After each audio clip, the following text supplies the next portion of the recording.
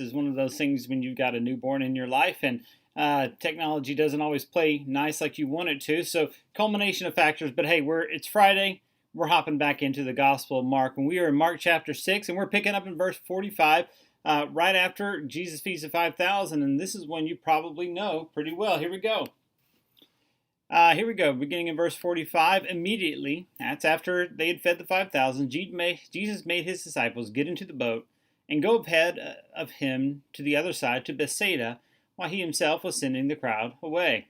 After bidding them farewell, he left for the mountain to pray.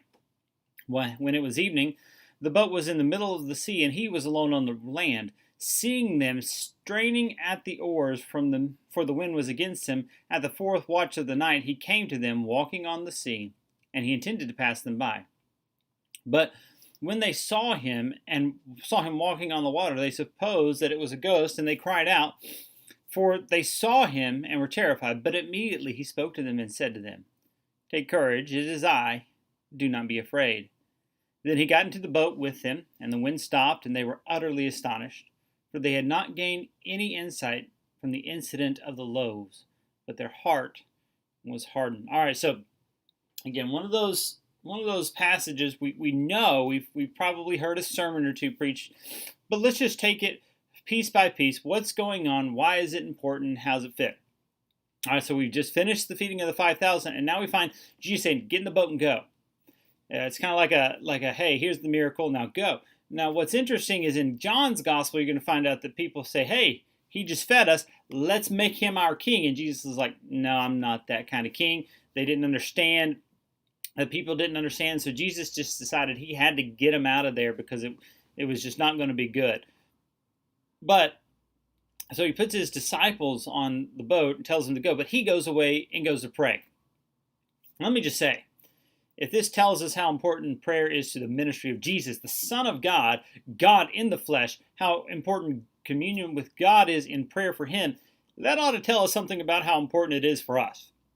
I mean, I'll be honest with you, we sit here and I do Bible study for just this 5 minutes, really trying to get us in the Word, but the reality is, you could do this all you want, but if there's no communion with God in prayer, we got a big issue. So I just want to leave that there.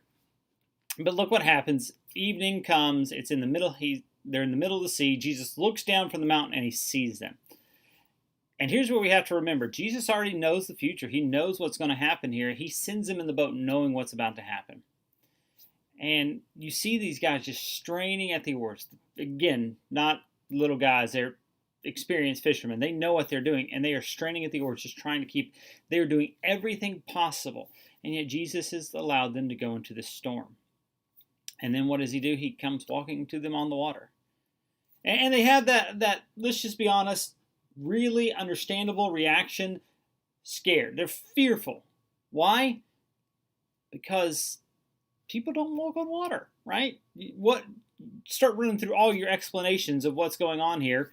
And none of them probably end up good. Like some of you probably think there's something, maybe it's like the Loch Ness monster in the sea there, boom. Like, no, that's not what's going on. And they're just scared, and it's understandable. But look what he says, "Take courage, it is I, do not be afraid." What Jesus is saying is, you know me, trust in me. And it calms their fears. Then we see what happens next. Then they stopped and they're astonished. Why? They didn't understand from the loaves and the fish. Jesus just fed 5,000 people with 5 loaves and 2 fish, and yet they didn't get it. Just having the miracle there wasn't sufficient for them to truly understand what Jesus was trying to tell them, that I'm not like you. They understood that a little bit, but they didn't understand that he is the Son of God who has authority over all creation. So, Let's break down our 3 questions as we look at this. One, what does this tell us about Jesus? Well, it tells us that he may let them go into the storm, but he's in charge of the storm. He's not bothered by the fact that the seas are going. He's just walking on top of it like water. He sends his disciples that way, and he's not worried about it. He knows exactly what's going to happen. All right, so that's what it tells us about Jesus. He's sovereign over it all. What does it tell us about ourselves? Well, I'm going to be honest, I think we're kind of like the disciples.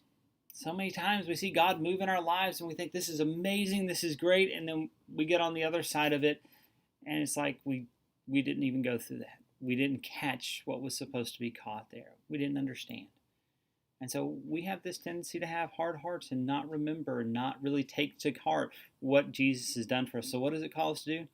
I think we call on God in prayer and ask Him to open our hearts. That's where we need to be as a people.